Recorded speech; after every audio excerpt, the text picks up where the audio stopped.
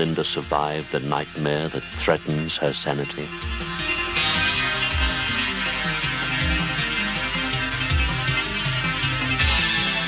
Fans of Gothic horror will not be disappointed.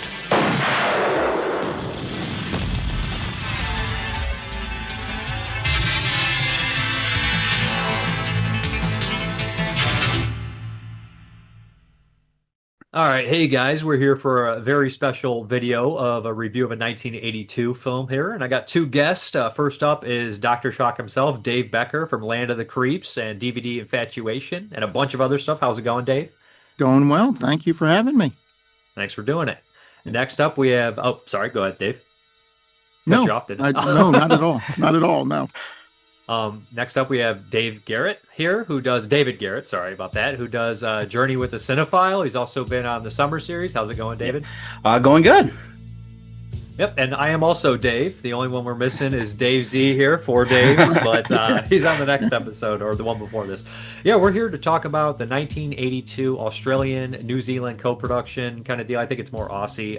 Next of Kin, not to be confused with the 1989 Patrick Swayze movie. So, yeah, so this one has, a lot of these movies have a big, rich kind of pre-production kind of thing. This one basically was the writer. I think the original script they wanted to do was called Sticky something. Is it Sticky Fingers? Does that sound right? 1979? I think that's what they said in the commentary. Yeah. It's going to be like a comedy about, caterers that kill people, which sounds pretty funny. And maybe older people, I think they're going for. Maybe some homebodies kind of stuff there. Sounds fun, but the director, Tony Williams, decided he wanted to do something more serious, more European. So here's where we have Next of Kin. So any first experiences, any first thoughts about Next of Kin? Becker, you want to go first? My first experience, I actually remember hearing about this in, it was just not too long ago in the documentary, Not Quite Hollywood, which was going into a lot of the Ozploitation films. And it's funny because this movie, as I was watching initially, I'm like, it doesn't really strike me as like an Ozploitation. And then it hits a point where it's straight up Ozploitation, and it just kind of... and I love that about it. I love how this movie surprised me several times as I was watching it. But yeah, that's what introduced me to it. And I've seen it now maybe 3 times. And I get something new out of it every time. It's so good. Debbie Garrett? Yeah, this one this was picked for the movie club challenge that Duncan used to do over on his show, and I was contributing to that. And when he first selected it, I thought it was the Patrick Swayze movie because I know my dad had that on VHS when I was growing up. And then I started listening to his kind of intro to it, and that's where I figured out what this was.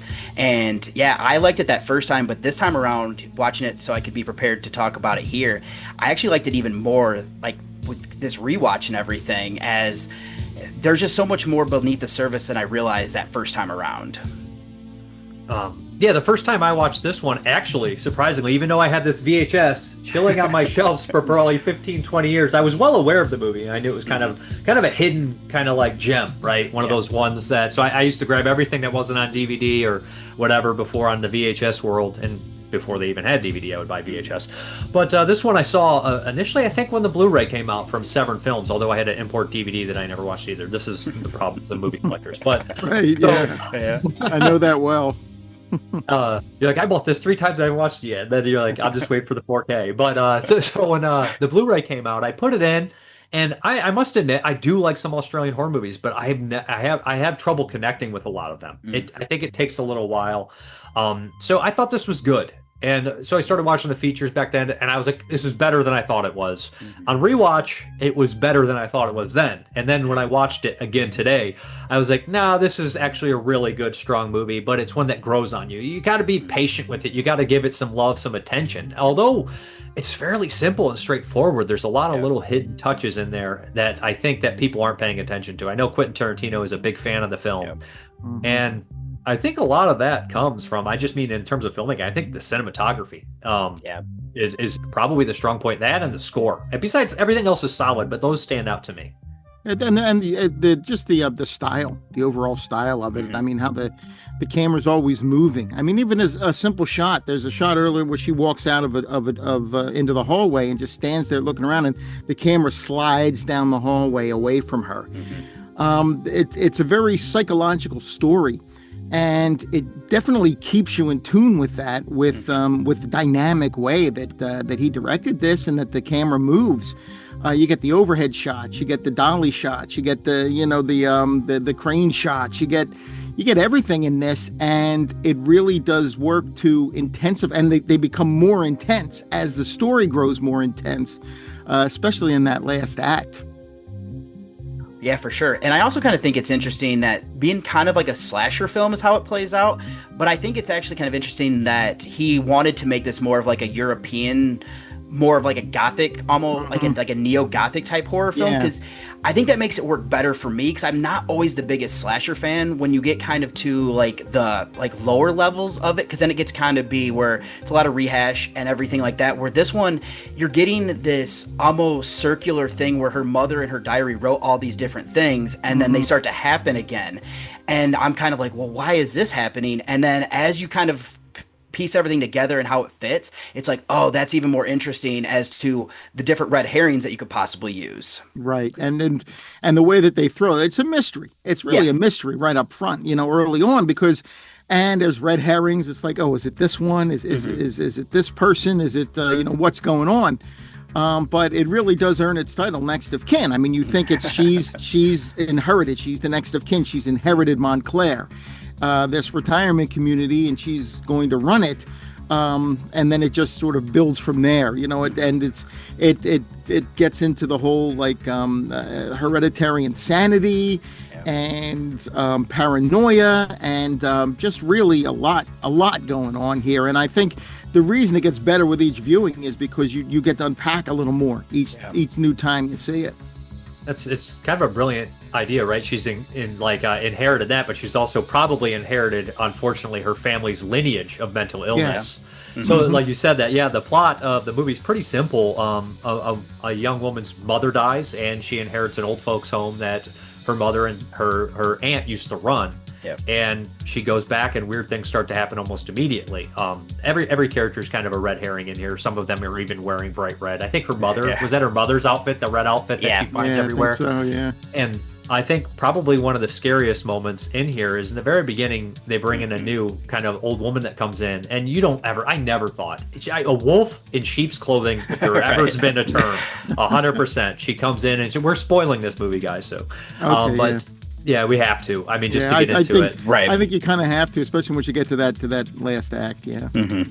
Yeah. So there's just kind of like the idea that they even let things go unanswered in here, because when she's going through the book, the drownings and things like that have happened 20 years previous, and the aunt, when at the very end of the film catches her, I know I jump around. That's just my mental kind of thing. She says, "I wasn't the crazy one. Your mother was, and she knew it." So you don't really ever know if the aunt was the one who's responsible for the original murders or the mother was. And the doctors, everybody covered it up. There's so many cover-ups. Yeah, I wonder. And the falsified death certificates. Yeah. These people drowned, and then writing off pneumonia, coma, as she saw, and all of that, and so her mother had to have been involved in some regard.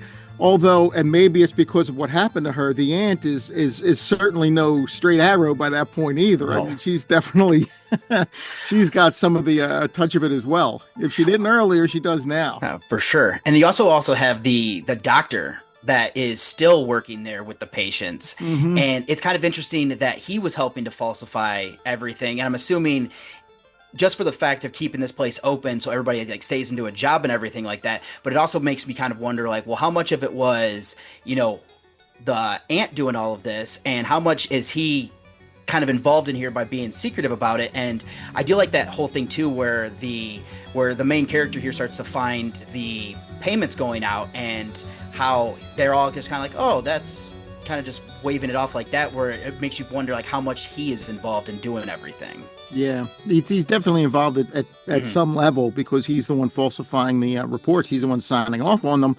And that whole scene where she confronts her about the death of the aunt, and how her friend is no, she's not dead, and she goes, "Did my aunt die?" And the doctor, I mean, he just will not answer the question. What's it matter? It was well, if it doesn't matter, then tell me, when the hell did she die? He just will not do it. It's like, oh, it's the past.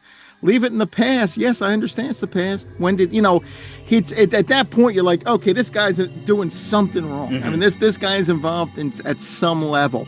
Yep. You just don't realize that he's not the one against her. Right. At that point, but you absolutely think he's involved, and he's the one who's sort of gaslighting her. He was definitely getting financial kickback somewhere. He had to have because there's no other reason for him to do it. Yeah. There's no, unless he kept covering it up, but there has to be something in there. And it's also, we have the son of Rita involved with here too. So it's literally a family kind of thing, which I think somehow, I don't know how to compare this, because Australia to me in film is a very strange place, right? It almost has, everything is like almost very, I don't want to say this, southern. It has like a southern kind of Texas Chainsaw approach in this movie to a certain extent. That's where I'm kind of reading the family and the small groups and everything like that, the small town kind of thing. And the only other movie that I think, the number one movie from Australia that does that, even though it's directed by an American, is Wake and Fright. I think that kind of encapsulates that entrapment, that small community the guy gets lost in the outback. I mean, that's an insane movie. I mean, that's one of my favorite Australian movies. I love it, but it's one that you have to go into. You got to tread lightly in that, because there is an actual kangaroo hunt in there, and that got that movie into trouble, especially nowadays. That was lost for a while. I think they found it in a warehouse or something of print. They didn't know where it was, but it's a great movie. It really is, and that's another one you have to watch several times. But it's one of those things like that, and Walkabout are the two movies that just say stay the hell out of the outback. Well, we had another big Australian one. The one that comes to mind from this year is also Turkey Shoot, which is a fucking insane movie. I don't. Both these movies are horror Smith, movies, in their own weird kind of way. The director, man, it's kind of a shame. I know he went on the commentaries about not wanting to direct horror films anymore because he didn't want to get shoe or pigeonholed or whatever you want to call it, like Tobe Hooper did. But at the same time, I definitely could have taken another 5 or 6 movies in the caliber of Next to Kin. Yeah. For sure. Absolutely. Yeah, I would have loved that. I would have loved to see what else he might have turned out, especially with everything he put into this one. I mean, he put a lot. And he was trying. You'd mentioned slashers, David, and he was trying to make an anti-slasher. He didn't want to. That's why he was making the character. She was suffering, and she was like vulnerable at times, but she was also strong, and she was like going after the answers, and she was not backing down. Right. And most slashers, that doesn't happen until the final girl is cornered and has no choice but to fight. She was after it, like she's trying to figure this thing out, and she's going strong at it, and independent, and staying independent. John Jarrett's Barney at one point invites her over to stay with me, get out of that house. No, I'm staying, and I want to figure out what's going on, and how crazy to see John Jarrett in these early movies. I remember being real baffled when I watched Picnic at Hanging Rock, and I saw him super young, and I was like, that's got to be his earliest role I've ever seen.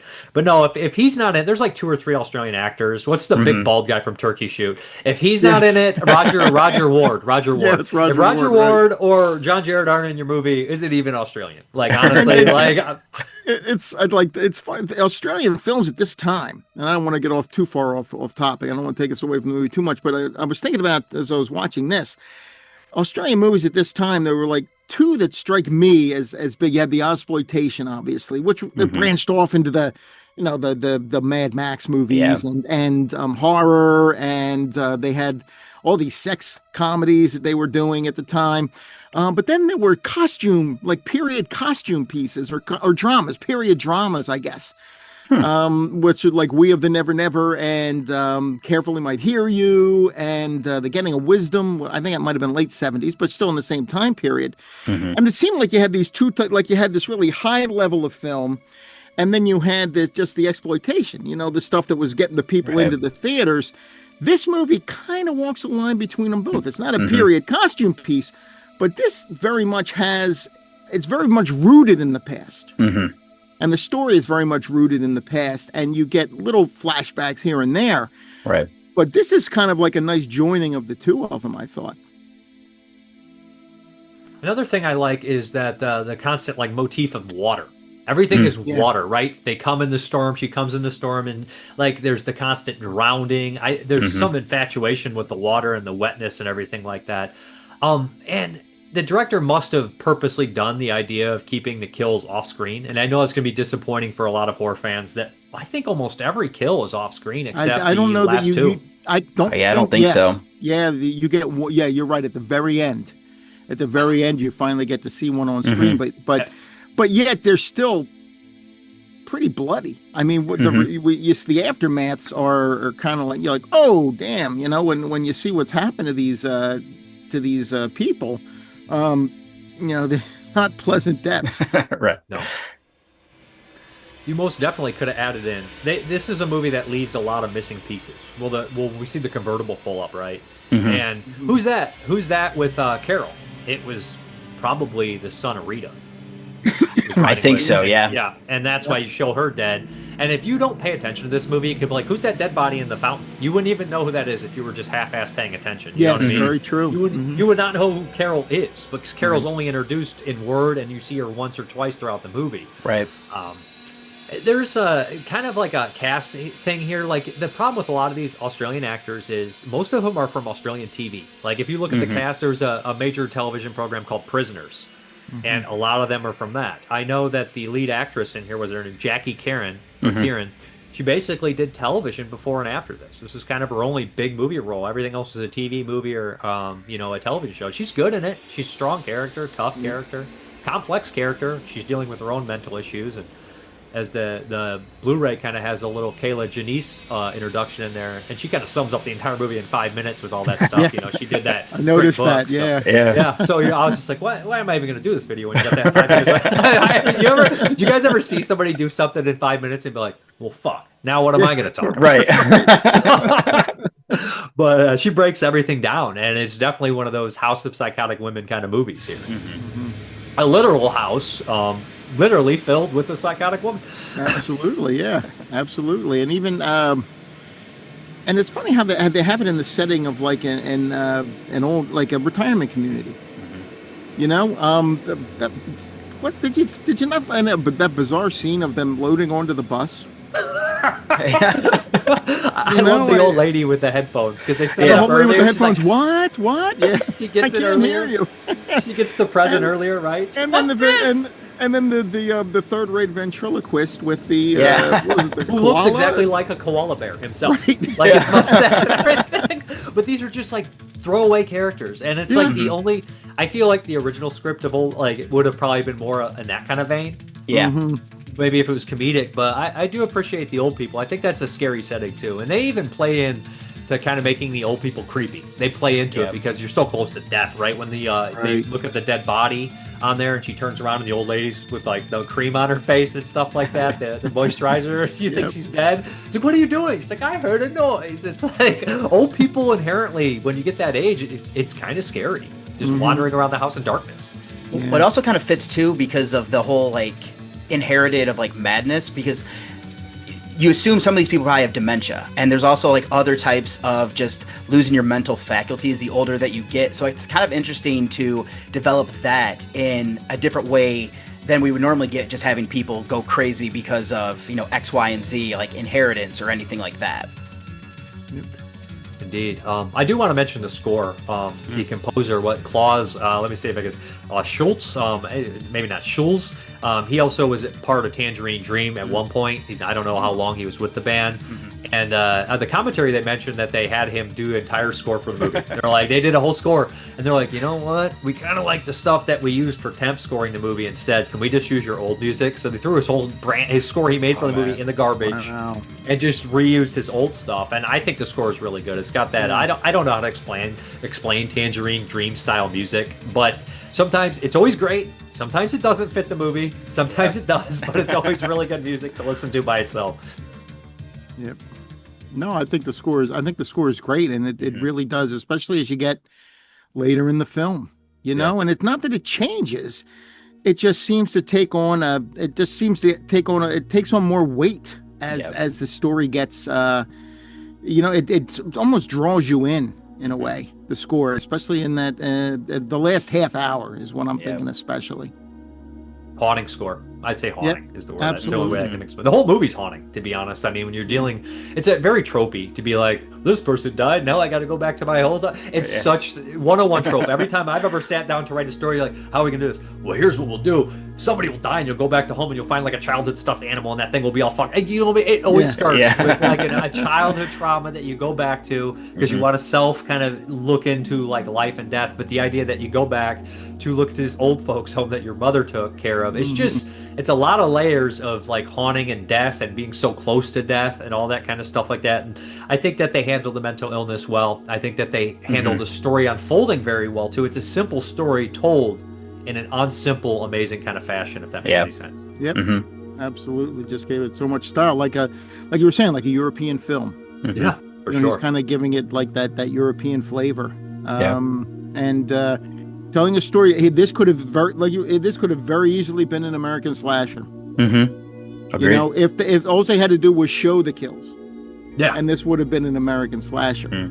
But not just show the kills, but that would have definitely that would have at least gotten it into that level of like, or at least that categorization of an American slasher. But the fact that it was a conscious decision not to do that he wanted to go against that grain and still tell a story like this that could have fit into that category, I think is really impressive, especially with the way he did do it, with the style that he brought to it. Yeah. You could have handled it a different way too. When you think like old people horror films, you think of something. I don't know if you guys ever seen Night of Death, the 1980 one. I think it's French. It's quite good, but the old people are more the center kind of evil, and that's really good, kind of cannibal kind of style movie, where you like to feed off the youth to live forever kind of style, which could have very. Or Brotherhood of Satan is another one or even the remake of Suspiria. You know, you want that youth to live forever. Could have done something like that, and you might think that something like that is kind of going along the ways, you know. Yeah, but it's just it's a very grounded in reality kind of story here. I do want to mention some of the people behind the camera, and in particular Gary Hansen, who died in a helicopter accident right after this movie was filmed at 40, and he had a nice career going for him. He did some of the other exploitation. I think he worked on, was it Harley Quinn or something like that? But he worked on a couple movies, and then he died right after that. And I think the guy who went on to do the most besides the producer is probably Tony Phillips, who was a Steadicam operator on this. He went to America right after this and just kicked ass, because Steadicam in the early 80s wasn't what we know later, Right. I mean, so when people watch those Italian movies made before that and you see that amazing camera work, remember that's not a Steadicam. That's some poor Italian guy on a track or something, or carrying, you know what I mean? Carrying a 500-pound camera. So it just seems a little bit better. Is there any cast members you guys want to mention besides John Jarrett and maybe the lead? I think that the woman who plays Rita is really strong, and I thought Connie was good. Although it's a side character, almost a throwaway character, I thought she kind of was just an interesting character. I thought the whole cast was good. Yeah. I mean, but even the who's the guy who was sort of her confidant, the older guy, helped her Lance. Lance. Yeah. I thought he was good too.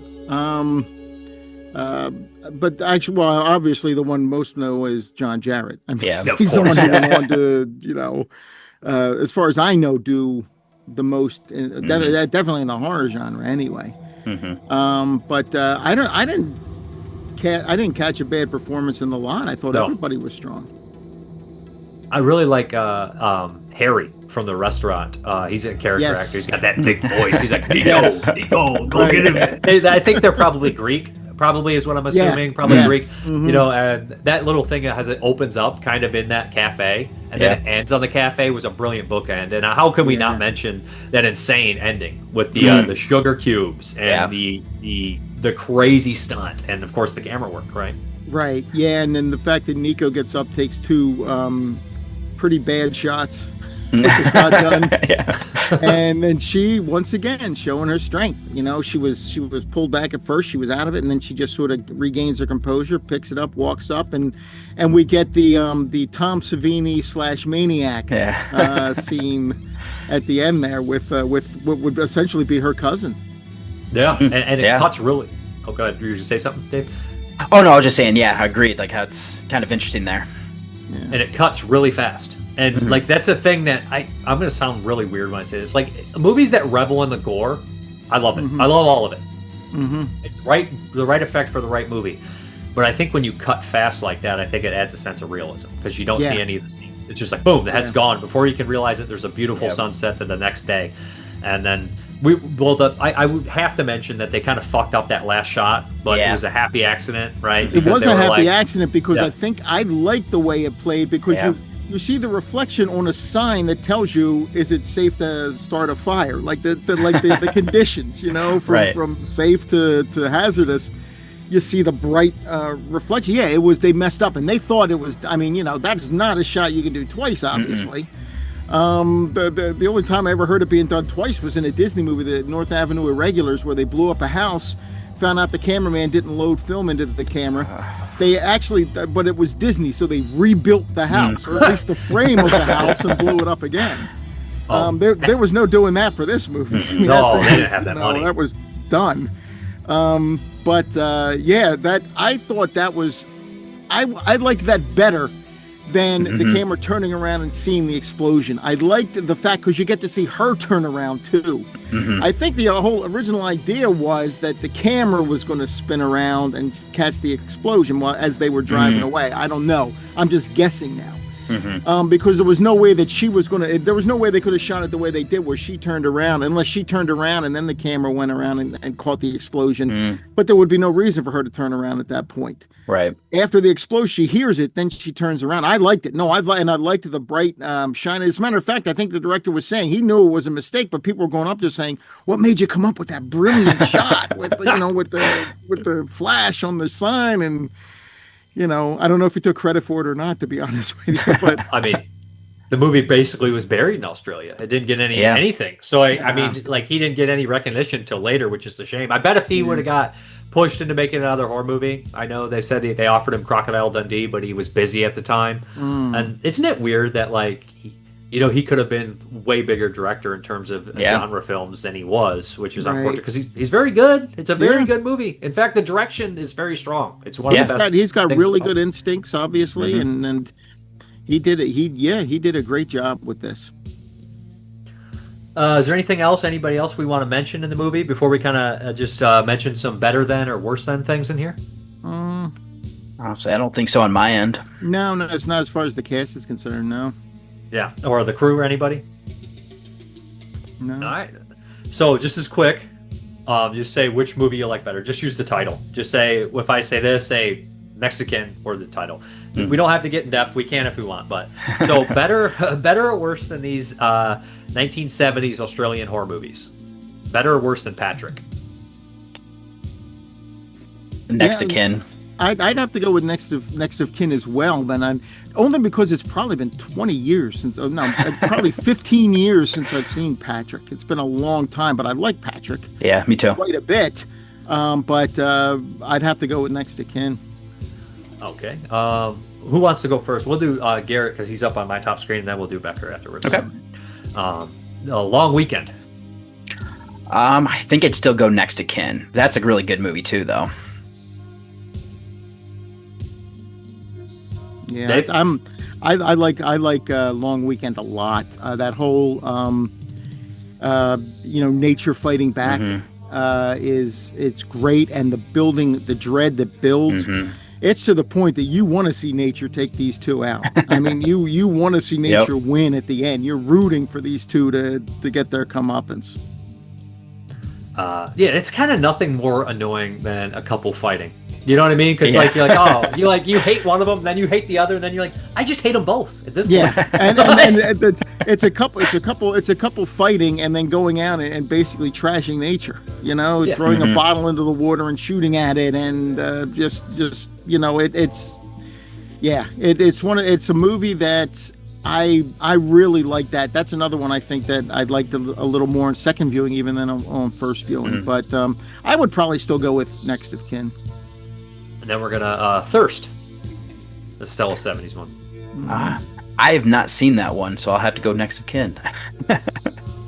I have seen Thirst, but I would still go Next of Kin. That's the Elizabeth Bathory style story. I know it's got an American cast in it as well, but or some Henry Silva has a pretty big role Really? in that. That's the only one on this list I haven't seen. And but no, I would definitely go with Next of Kin. Okay, now we're in which 80s ones? We're in the 80s Australian horror films here. So Harley Quinn. Not seen this one as well. I feel like I'm going to be striking out here a couple times, but I probably have to go Next of Kin then. No, I don't know that I've seen Harley Quinn either.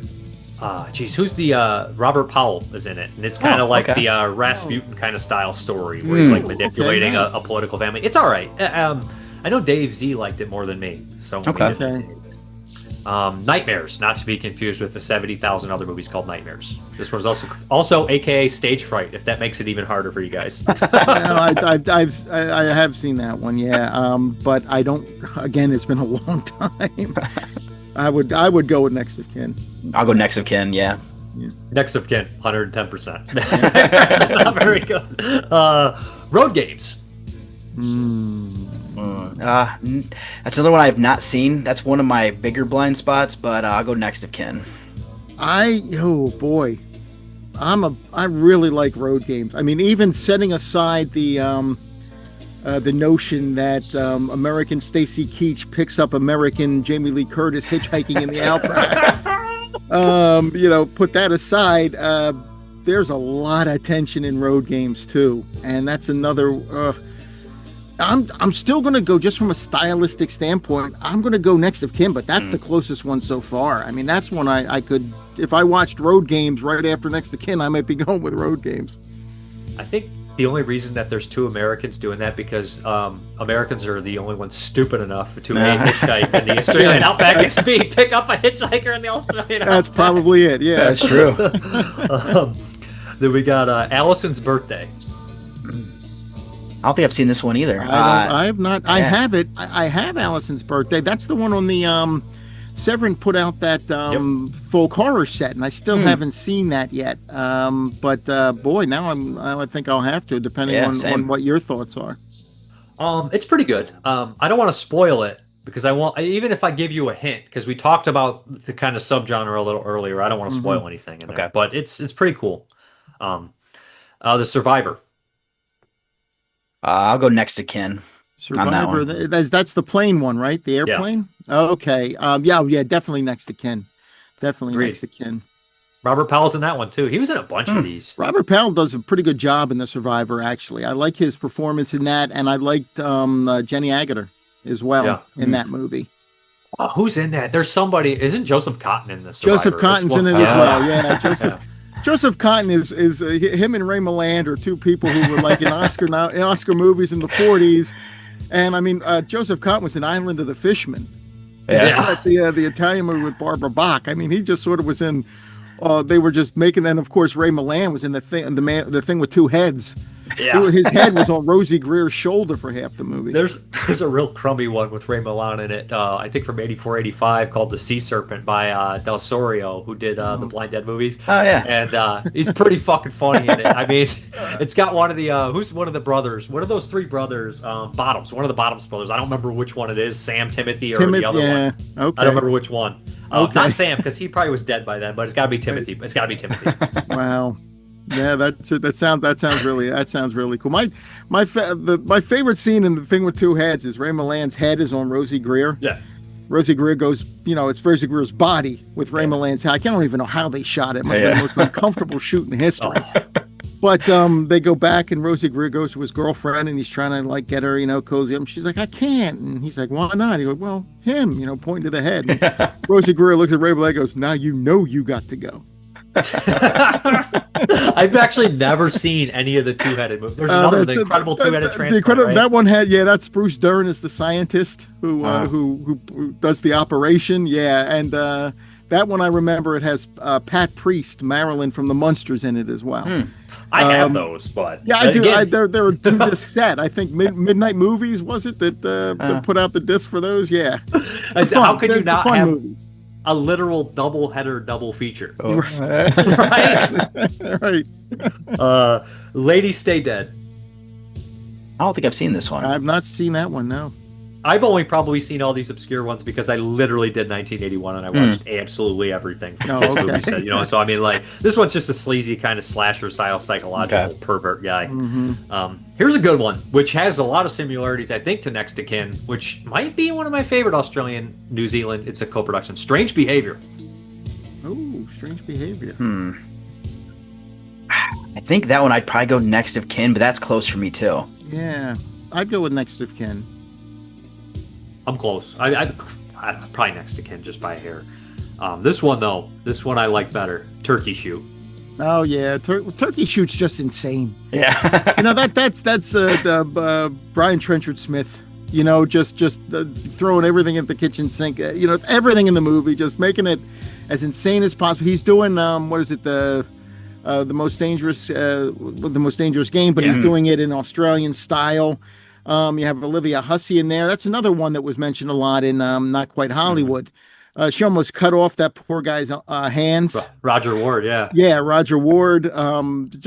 She was scared to death that she was going to catch something out in the jungle. I mean, it's like, it was insane.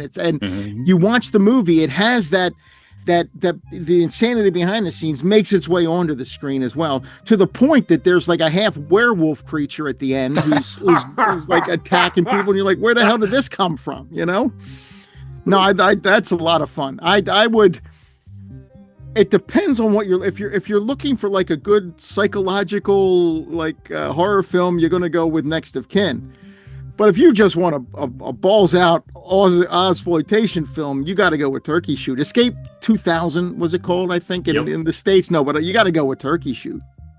I mean, going along the same lines, if I was going for like a better made movie, probably Next of Kin. But just because how batshit crazy it is, I would go Turkey Shoot.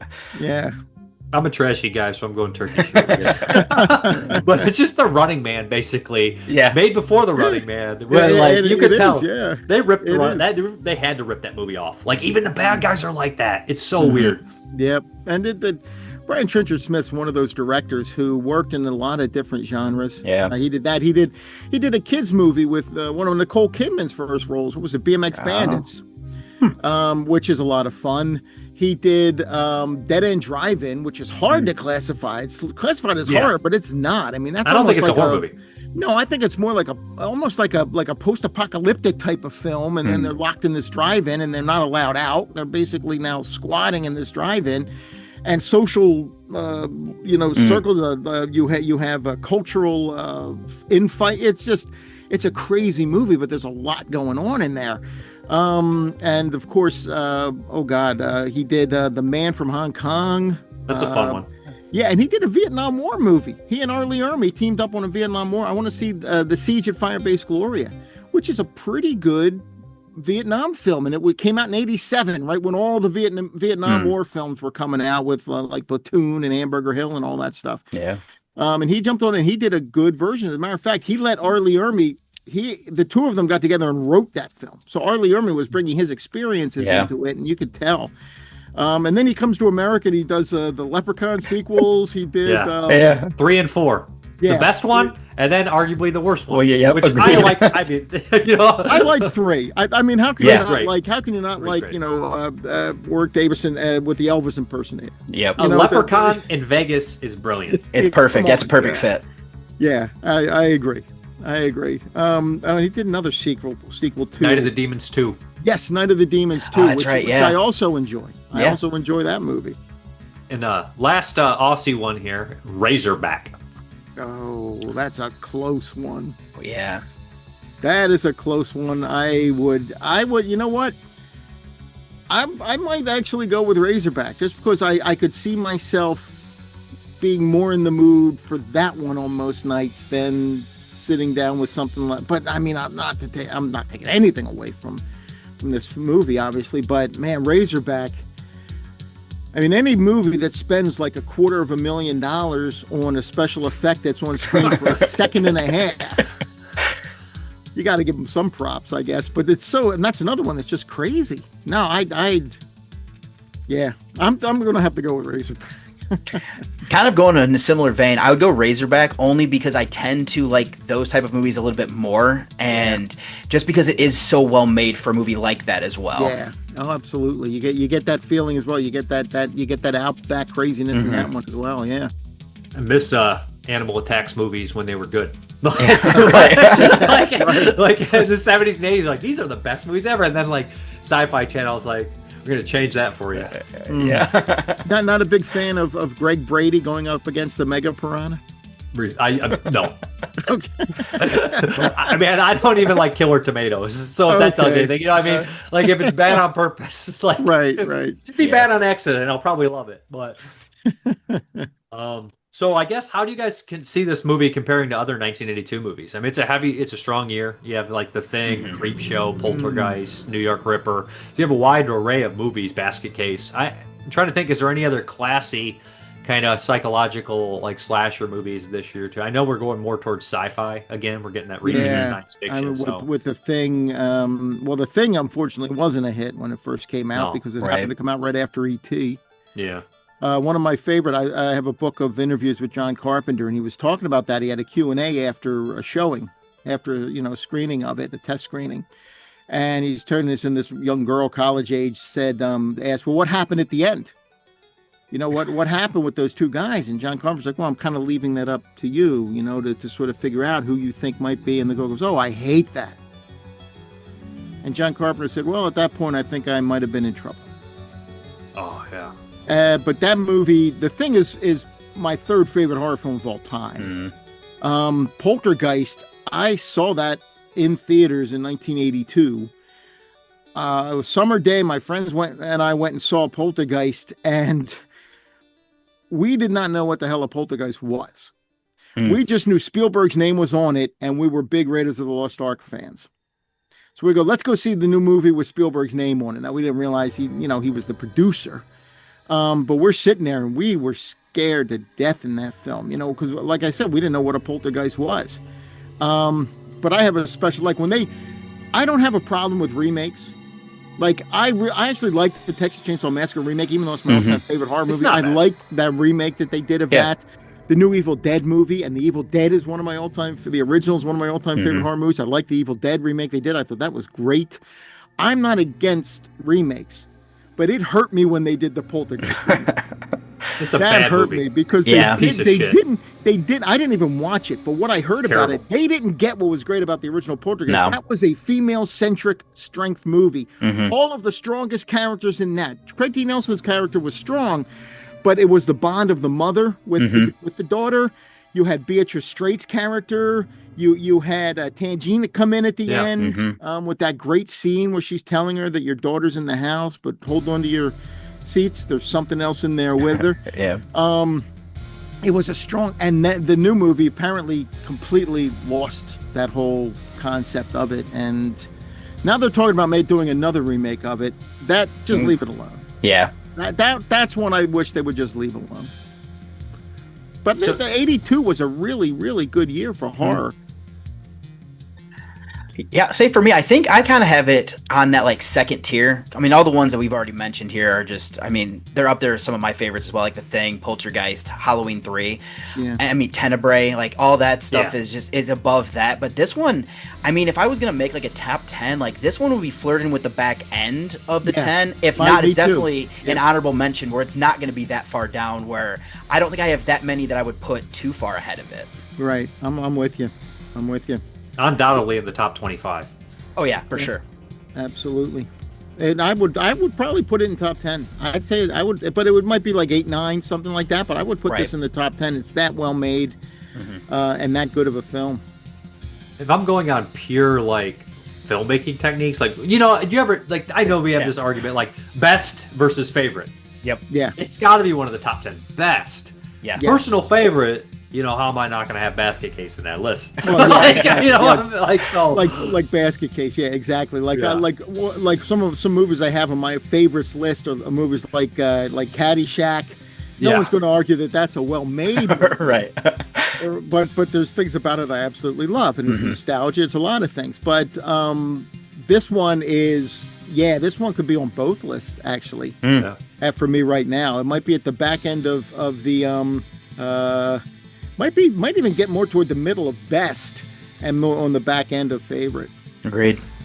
But the line in Caddyshack, though, you're laughing so hard during that movie, you wouldn't even know if it's a good or bad movie. The best line in the movie, I'm going off track here, is when he's like, the whole suit thing, when he's in there in the shop and he's just like, nobody look good in this suit, and he turns around, that guy's wearing it, and he's like, except you. Yeah, you no, look good. it was the hat. It was the hat. Oh, this is the worst looking hat I ever saw. What do you buy this hat? You get a free bowl of soup, and then there's Ted Knight wearing a hat. Oh, it looks good on you though. That's brilliant. There's a lot of great shots. And this is way off topic still, but I was talking to someone about it recently. The gopher scenes in that were shot a month and a half after the rest of the movie because the original gopher was a sock puppet. And they're like, this is awful. We've got to do something. So they came up with that other gopher. And that's why he's never interacting with anybody. He's always on his own. Oh, okay. And you don't see when they won. The only time you see the original gopher is when they're golfing at the end in the contest and it takes Rodney's ball. It's a sock puppet that takes it down and Rodney, hey, that kangaroo just stole my ball. It was the sock puppet gopher. That was the only time you see the original gopher in the movie. I haven't seen that movie in years, man, but I love Rodney Dangerfield. Rodney was good. I think the quintessential Rodney Dangerfield movie is Back to School. Yeah. He's great in that. That was the one that I think he was really getting to show what he could do. He stole Caddyshack. Yeah. In a lot of in the scenes he was in, but that movie was originally about the original cut of that movie was 3 hours. Oh, jeez. Can you imagine? That's because the blood hook comedy. It was all about the caddies. The final scene was Danny flying off to college, his entire family there waving goodbye as he was flying off. It was a movie about the caddies. And then the producers were like, well, wait a second.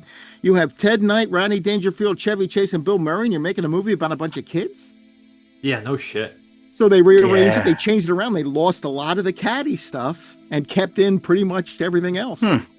That's why it's a little bit jumbled at times. It's a little bit, It does make sense. Yeah.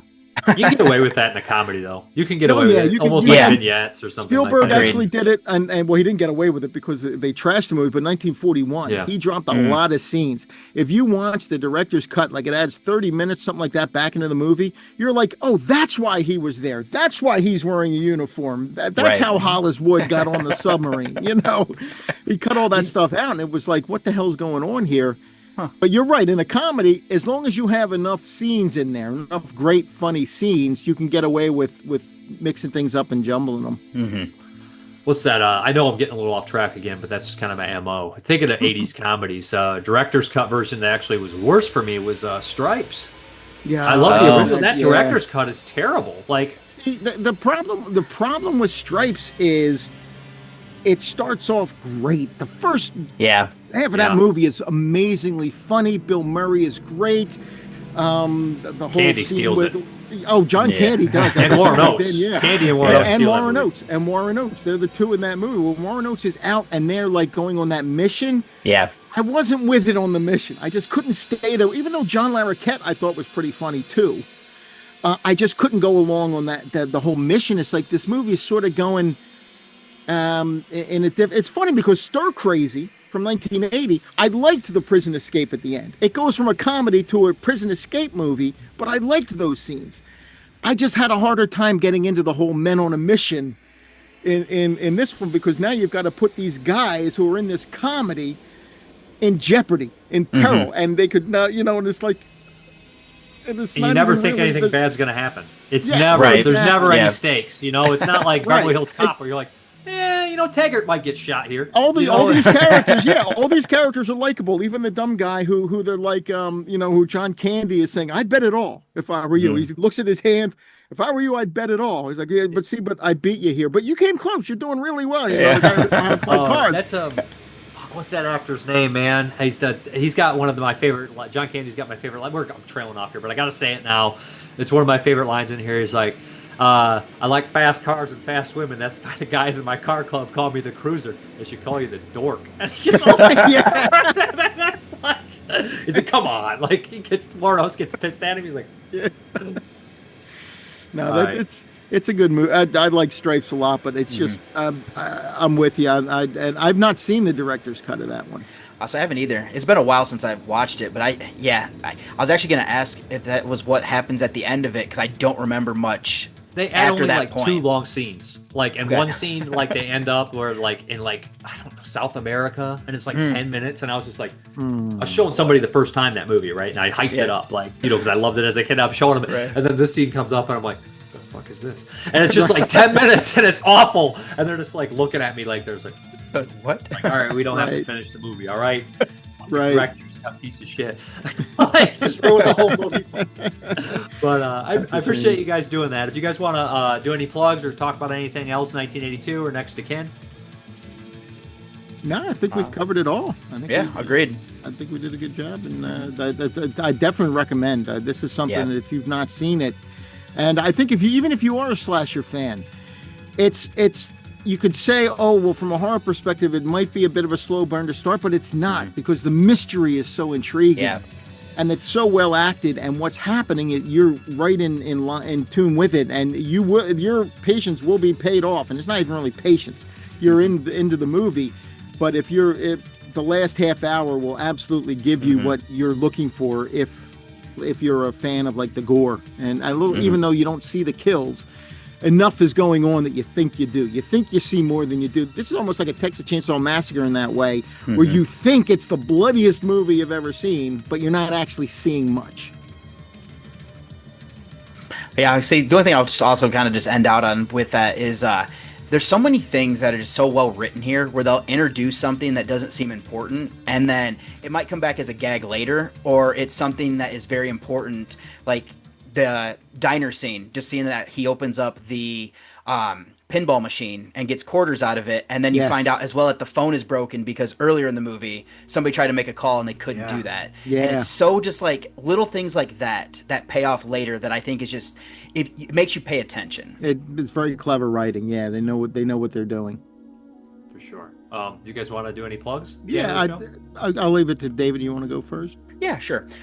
Pretty much everything you can find is either through my blog, where I have all my links there. That is horrorreview.webnode.com. And then all of my podcasts and stuff is Journey with a Cinephile. I kind of took a page out of a lot of people's books and just made everything under one feed, so that way it's easier to find. So, yep, Journey with a Cinephile, a horror movie podcast. I have my blog, dvdinfatuation.com. Still adding reviews. I was going to start again. I had stopped. I hit 3,000. I stopped for a little bit, but I'm going to start adding some more. Podcasts, Land of the Creeps, can be found on landofthecreeps.blogspot.com, which I do with Greg and Mortis and Pearl and Bill the Butcher. We have a great time every 2 weeks. Sitting down. Our next one coming up, we're looking at Vincent Price. We're going to do like an actor spotlight on Vincent Price.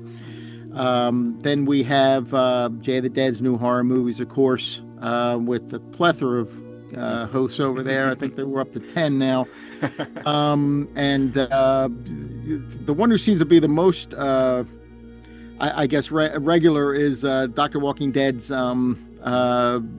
Dead Man Still Walking segment, which is great. I mean, he basically has a degree, and he has written several books on zombies. I mean, and he's really big into horror movies and such, and it's just definitely check that out. That's like I said, Jay, just look at Dead's new horror movies. And I have my DVD Infatuation podcast on Considering the Cinema. We haven't posted anything in a while, but hopefully I'll be doing, I have something else in the works in that. And also the weekly watch list with Jay and Mac, where we get together and talk about what we're watching. Right now it's more a monthly watch list, but we've recorded enough in that regard to take us into 2027. So we'll see. Hopefully it'll get to weekly again soon. But thank you for having me on. This was a lot of fun. Yeah, agreed. Thank you guys for coming on. You guys are very knowledgeable. Thank you.